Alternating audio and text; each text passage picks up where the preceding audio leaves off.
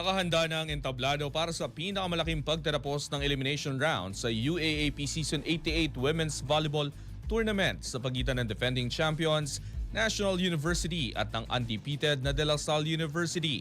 Ang ibang detalye alamin sa eksklusibong pag-abante ni Jonas Lavarias. Sports Now. Sports Now. Exclusive.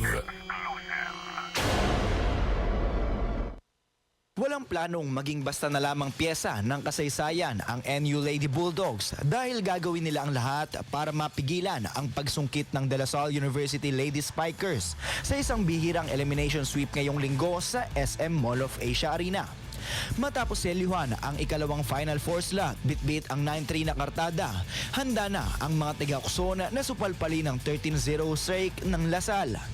Para sa defending champions, ang mga nakaraang pagkatalo ay nagsisilbing motibasyon para ilabas ang kanilang pinakamagandang laro sa pinakakritikal na panahon.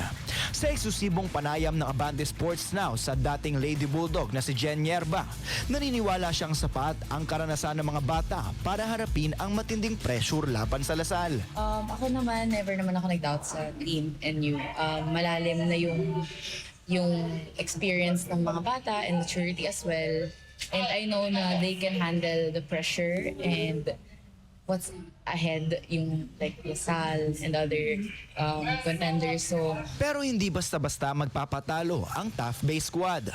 Para sa kanila, ang disiplina ng one game at a time ang sikreto kung bakit nananatili silang kalmado sa kabila ng malinis na record. Tiwala ang kupunan ni Coach Ramil de Jesus sa sistemang nagdala sa kanila sa tuktok. Pero ayon pa kay Nyerba, sa huli ay magkakaalaman kung sino ang may mas matibay na pagkakaisa sa loob ng court. nasa sa kamay din nila how they're gonna perform and how they're going to play together as Sa pagtatapos ng eliminations, hindi lang ito laban para sa record o pagbawi ng karangalan. Ito ay patunay ng maturity kung saan ang bawat puntos ay hakbang patungo sa iisang layunin, ang pagsungkit sa corona. Ako, si Jonas Lavarias, Abante.